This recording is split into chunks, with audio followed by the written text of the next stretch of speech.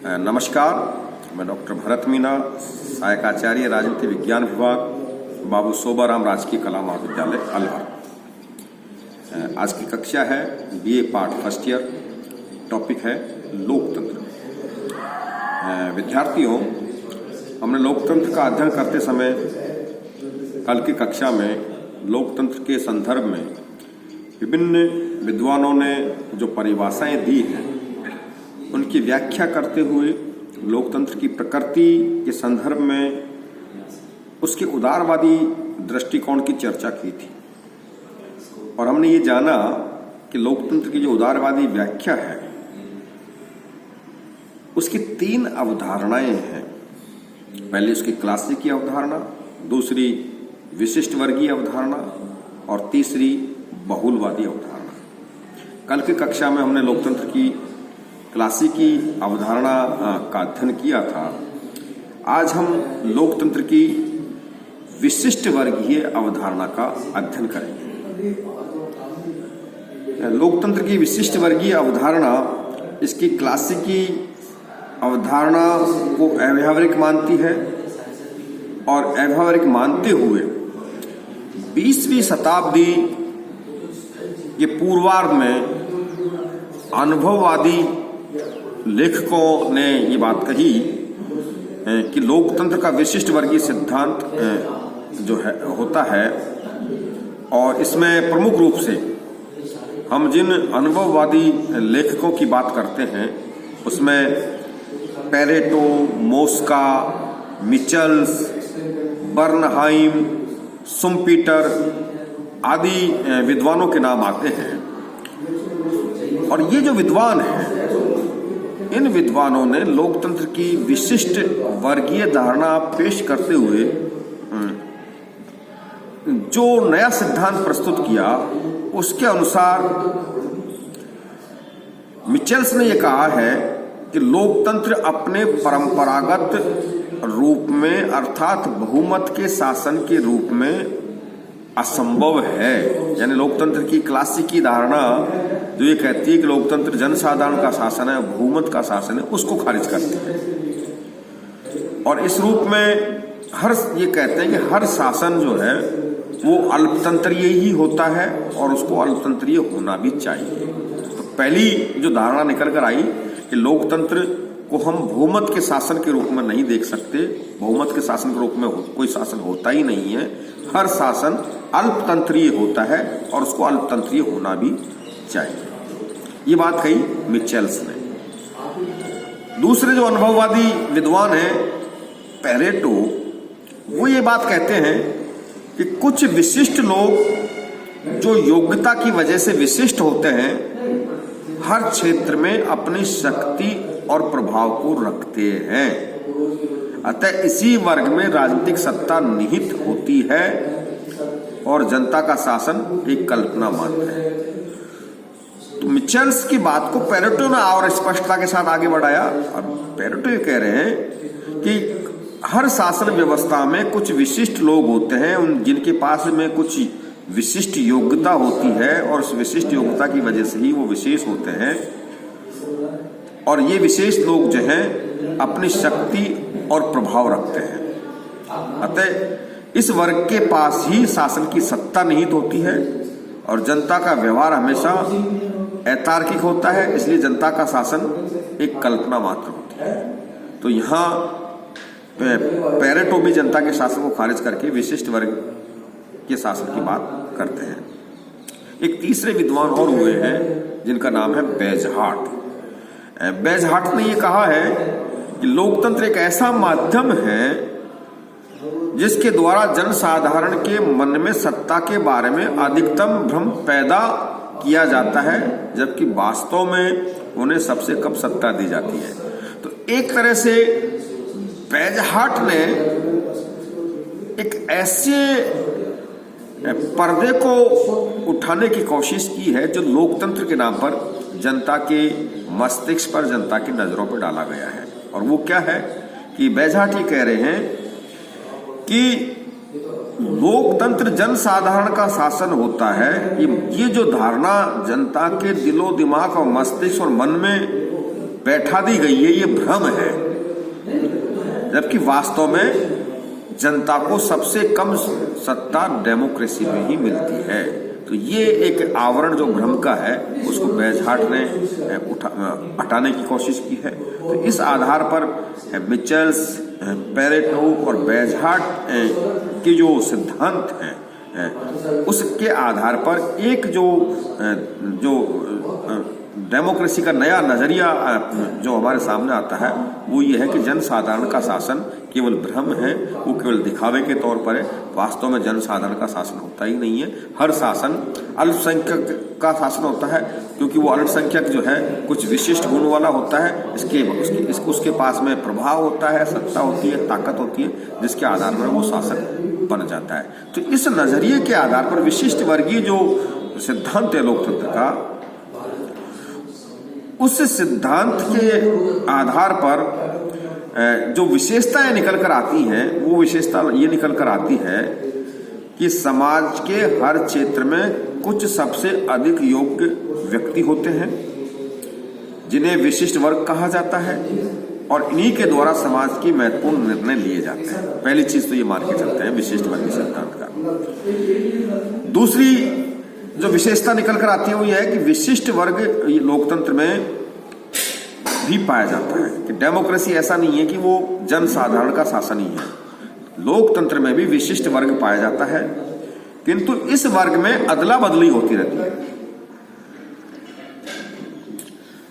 कि राजतंत्र की तरह या कुलीन तंत्र की तरह एक ही वर्ग में शासन सत्ता नहीं होती है। डेमोक्रेसी में इतना अंतर देखने को मिलता है कि विशिष्ट वर्ग जो है अदला बदली इसमें होती रहती है चुनाव के माध्यम से। किंतु इस वर्ग में अदला बदली होने के साथ साथ ये बात भी है कि विशिष्ट वर्ग की आंतरिक प्रतिस्पर्धा के फलस्वरूप गैर सत्तारूढ़ विशिष्ट वर्ग कालांतर में सत्तारूढ़ विशिष्ट वर्ग को सत्ता से हटाकर स्वयं सत्तारूढ़ हो जाता है। ये एक चुनावी प्रतियोगिता के माध्यम से ये बदलता रहता है, लेकिन दो विशिष्ट वर्गों के बीच में ये अदला बदली होती रहती है। जनसाधारण यहां भी कहीं बीच में नहीं आता है।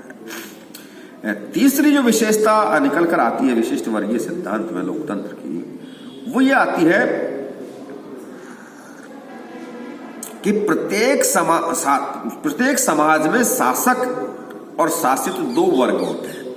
ये स्पष्ट तौर पर ये मानते हैं कि हर समाज दो हिस्सों में बटा हुआ है, एक शासक वर्ग है, एक शासित वर्ग है, जिनमें शासक वर्ग संगठित होता है किंतु वह अल्पसंख्यक होता है, जबकि शासित वर्ग असंगठित होता है और संख्या में बहुसंख्यक होता है। अतः बहुमत पर अल्पमत का शासन होता है। तो मोस्का ने यह बात कही है कि दो प्रकार समाज दो वर्गों में बटा हुआ है, शासक और शासित। शासक संख्या में कम है लेकिन संगठित है, शासित लोग संख्या में ज्यादा है लेकिन असंगठित है। तो इस वजह से असंगठित लोगों को पर संगठित लोगों का शासन होता है। इसका यह मतलब हुआ कि बहुसंख्यक लोगों पर अल्पसंख्यक लोगों का शासन चलता है।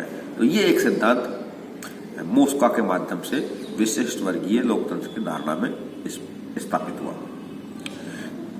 चौथी जो बात आई स्पष्ट होती है वो ये होती है कि इस प्रकार के शासन का आधार अल्पतंत्र का लोह नियम होता है। और ये बात मिसल्स ने कही।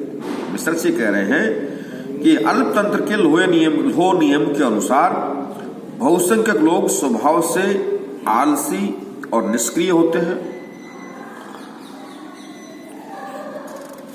अतः जो चालाक एवं वाकपटु नेता लोगों की भावनाओं के साथ खिलवाड़ करके सत्ता पर अधिकार जमा लेते हैं। तो ये एक लोकतंत्र की लोह नियम की बात के माध्यम से विशिष्ट वर्गीय सिद्धांतकारों ने कहा है कि बहुसंख्यक जनता जो है आलसी है और उन आलसी जनता के ऊपर चालाक चतुर नेता जो है शासन करना जानते हैं। शुम्पीटर ने एक और बात कही, वो ये कि विशिष्ट वर्ग को शासन में बने रहने के लिए शासित सामान्य जन का चुनावी समर्थन प्राप्त करना भी जरूरी है। जो डेमोक्रेसी के अंदर जो चुनाव होते हैं उस चुनाव का नाटक करना भी जरूरी है विशिष्ट वर्ग के लिए। अगर ये चुनाव का नाटक नहीं होगा तो विशिष्ट वर्ग की विशिष्टता खत्म हो जाएगी। एक विशिष्ट वर्ग से दूसरे विशिष्ट वर्ग में सत्ता का हस्तांतरण करने के लिए चुनावी प्रतियोगिता का होना भी जरूरी है और इससे ही खुलापन आता है डेमोक्रेसी के अंदर। विशिष्ट वर्गीय सत्ता के हस्तांतरण के लिए लोकतंत्र में खुलापन भी होना चाहिए और वो खुलापन जो है वो चुनाव के माध्यम से आता है। तो विशिष्ट वर्ग का खुलापन तथा इसके द्वारा जन समर्थन के लिए चुनावी स्पर्धा करना उसे लोकतांत्रिकता प्रदान करते रहता है। वो जो विशिष्ट वर्ग है उसको लोकतांत्रिक जन स्वीकृति मिलती रहती है। तो ये एक पूरा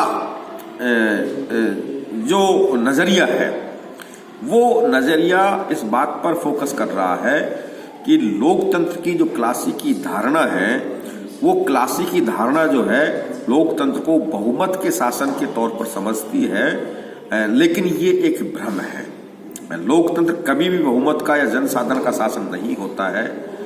हर युग में लोकतंत्र भी विशिष्ट वर्ग या सीमित लोगों का ही शासन रहा है और उसके पीछे पूरा सिद्धांत एक मानसिकता काम करती है और वो मानसिकता ये है कि बहुसंख्यक लोग जो है असंगठित होते हैं, आलसी होते हैं, जिनके ऊपर कम संख्या वाले संगठित लोग, चालाक लोग, चतुर लोग जो है शासन करने में कामयाब हो जाते हैं। और डेमोक्रेसी के माध्यम से एक लोकतांत्रिक सहमति अर्जित करने के लिए विशिष्ट वर्ग ये चालाकी करता है कि जो आपस में सत्ता का हस्तांतरण वो करता रहता है। तो दो प्रकार के विशिष्ट वर्ग बन जाते हैं। एक विशिष्ट वर्ग वो है जो सत्ता में है, एक विशिष्ट वर्ग वो है जो सत्ता से बाहर है। तो इन दोनों विशिष्ट वर्गों के बीच में ही चुनावी प्रतियोगिता होती रहती है और उन्हीं को शासन करने का अवसर मिलता है। जनता को कभी शासन करने का अवसर नहीं मिलता, लेकिन चुनाव के माध्यम से ये भ्रम बनाया जाता है कि जनता सरकार का चयन कर रही है, चुनाव कर रही है।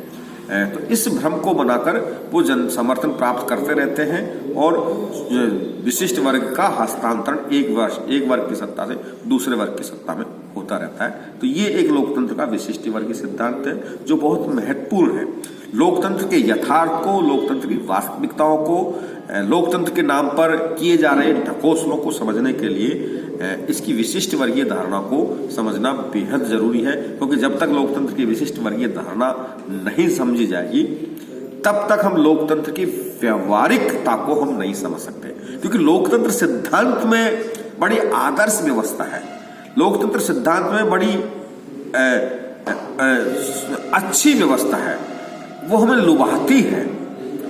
लोकतंत्र आदर्श के तौर पर बड़ी उदार व्यवस्था है, सिद्धांत में वो हमें बहुत अच्छी लगती है, लेकिन जब हम उसकी व्यवहारिकता को देखते हैं तो हमें कहीं न कहीं विशिष्ट वर्गीय सिद्धांत के आधार पर यह समझना पड़ेगा कि लोकतंत्र के नाम पर समाज का जो विशिष्ट वर्ग है वो विशिष्ट वर्ग जो है अपने तिगड़मों के माध्यम से सत्ता में बने रहता है और चुनाव के माध्यम से जो सत्ता का हस्तांतरण भी होता है तो वो हस्तांतरण एक विशिष्ट वर्ग से दूसरे विशिष्ट वर्ग के हाथ में चला जाता है। जनसाधारण को कभी सत्ता नहीं मिलती है।